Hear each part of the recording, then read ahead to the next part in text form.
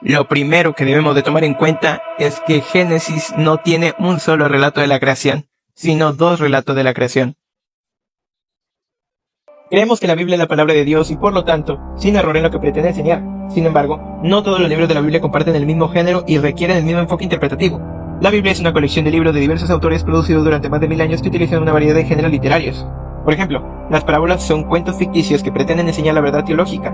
No pretenden que creamos que la historia realmente sucedió, pero su lección teológica y ética es verdadera. El objetivo principal de Génesis 1 y 2 es proclamar que Yahvé, el Dios de Israel, fue el creador de todo y de todos. El texto no tiene interés en contarnos cómo Dios creó el cosmos y la humanidad. Dado que la Biblia no dice cómo creó Dios el mundo y la humanidad, es razonable recurrir a las ciencias para explorar esa cuestión. En la Biblia encontramos historia, ley, poesía, sabiduría, profecía, apocalíptica, evangelio y epístola, entre otros. Para determinar el género apropiado de Génesis 1 y 2, es necesario prestar atención a las características del texto. Es narrativo.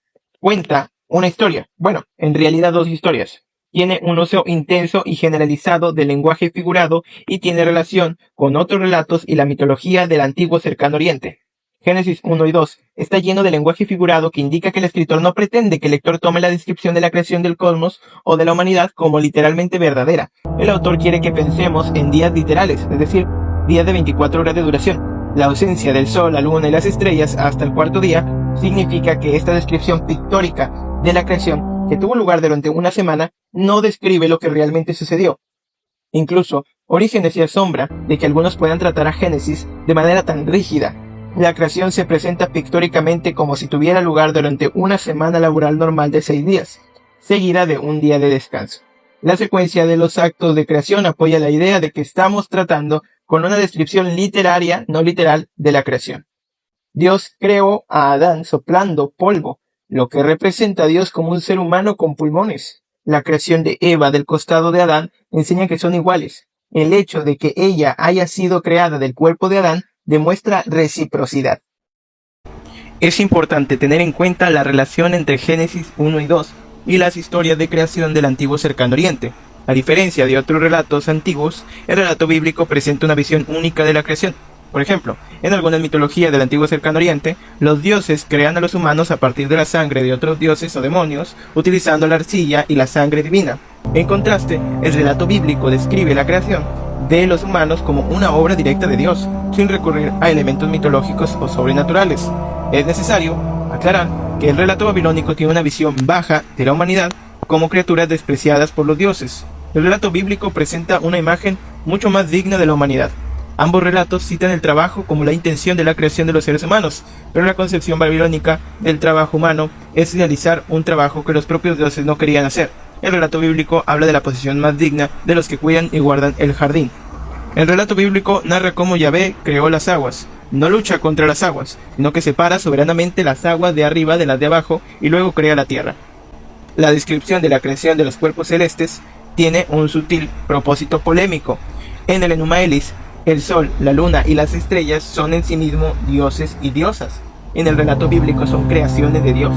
Génesis 1 al 2 contiene dos relatos diferentes de la creación. El primero se encuentra en 1:1 al 2:4 y el segundo del 2:4 al versículo 25.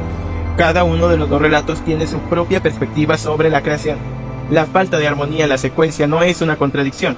Génesis 1 y 2 pretende enseñarnos que Dios creó todo, pero no sobre cómo Dios creó la creación, incluida la secuencia de la creación. Génesis 1 y 2 informa al lector sobre eventos que, según el autor, realmente sucedieron en el pasado. El uso intenso del lenguaje obviamente figurativo, la falta de secuencia entre los dos relatos de la creación y la interacción generalizada del texto con los relatos de la creación del antiguo cercano oriente indican que no estamos obteniendo una descripción literal o precisa de los eventos. Génesis 1 y 2 pueden describirse como historia teológica. De hecho, todo el Génesis puede describirse así, pero dado que el lenguaje figurado, la interacción con la mitología, el antiguo cercano oriente y las cuestiones de secuenciación no son tan intensas como en la primera parte del Génesis, hay un mayor grado de especificidad literaria en Génesis 12 al 50. Aprendemos que hay un solo Dios, que creó todo y a todos a través de su palabra. El Dios del relato bíblico de la creación es soberano y supremo, no tiene rivales. La creación no es el resultado de un conflicto divino. Dios es distinto de la creación, rechazando así el panteísmo. sigue involucrado en la creación, rechazando así el deísmo. La descripción de la creación del hombre y la mujer indica que el género y la sexualidad son características de las criaturas, no del creador. Tanto los hombres como las mujeres son creados a imagen de Dios, lo que indica que Dios mismo no es hombre ni mujer. Además de eso, hay otros textos que hablan sobre la creación. Salmos 8, 19 y 136. Estos salmos proclaman que Dios creó la creación, pero no hablan de cómo lo hizo. El Salmo 8 se maravilla ante la humanidad en el sentido de que Dios los hizo un poco menor que Dios. El Salmo 19 confiesa que los cielos declaran que Dios es su autor, sin afirmar cómo lo creó. Salmo 136 afirma que es Dios quien hizo los cielos y la tierra. El Salmo 24, en este salmo, el salmista alaba a Dios como creador y por tanto dueño del mundo y de sus habitantes. Describe la creación cuando Dios coloca la tierra sobre aguas ya existentes. Salmo 33. El salmista habla de la creación por la poderosa palabra hablada de Dios. El Salmo 33 insinúa la idea de la creación de la nada, en la que un Dios totalmente libre crea el mundo aparte de cualquier fuerza externa a su amoroso deseo de traer tal mundo a la existencia. El Salmo 74. Salmo 74 es un lamento colectivo que pide ayuda a Dios ante un ejército atacante que ha profanado el santuario. El salmista es plenamente consciente de que Dios tiene el poder de repeler estas fuerzas enemigas y poner orden en el caos, y da fe de este hecho en virtud de la creación por parte de Dios del orden a partir del desorden, representado por el leviatán de muchas cabezas. Este salmo, el Salmo 104, se discute a menudo debido a su similitud con la oración egipcia a Atón. El poeta israelita se siente atraído por las tendencias, tal vez, enoteístas expresadas por el poema extranjero, pero el texto también demuestra ideas no egipcias, ilustradas más concretamente por una referencia al monstruo marino Leviatán. Aquí, en Proverbios 3, 19 al 20, la creación se asocia con la sabiduría. La creación es ordenada, no aleatoria. Dios lo estableció por su sabiduría. En Proverbios 8, 22 al 31, en medio de la autobiografía de la sabiduría, ella describe su conexión con la creación. La sabiduría es la primogénita de la creación y la observó y participó en la creación del mundo. Job 38, 4 al 11. La descripción que Dios hace sobre la creación del mundo suena como la construcción de una casa con un fundamento y una piedra angular. El constructor de una casa usaría una línea para medir sus dimensiones en el proceso de construcción. En un contexto de creación poética, tal vez debamos pensar en este edificio como un templo basado en una analogía con la imagen de Marduk en el Enuma Elish. En el versículo 7 del mismo capítulo, menciona a las criaturas que están presentes durante esta ocasión, saludando a la creación con cánticos de alegría.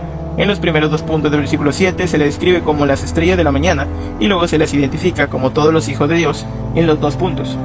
Por tanto, se establece una conexión entre los hijos de Dios, término utilizado para designar a los ángeles y las estrellas. Una vez más, esto recuerda el lenguaje encontrado en el Enuma Elish, donde Marduk coloca a los dioses en los cielos como estrellas, estableció las posiciones para los grandes dioses, estableció en constelaciones las estrellas sus semejanzas. En varios lugares de los poetas y profetas se ve a Dios en conflicto con el mal y en control del mismo, representando las fuerzas del caos. En este pasaje, el mar no parece un enemigo, sino más bien un niño revoltoso. Dios es capaz de controlar el mar recién nacido, vistiéndolo y poniendo límites. Aunque falta el elemento de hostilidad que se ve entre el mar y el Dios creador, el lenguaje del mar delimitador es similar a lo que leemos en el Enuma Elish, donde Marduk, después de derrotar a Tiamat, la dividió en 2 partes, siendo la que forma los cielos, extendiendo su piel y asignando centinelas, ordenándoles que no dejaran escapar sus aguas. Conclusiones. Descripciones de la creación. Los escritos presentan múltiples descripciones de la creación, no solo una.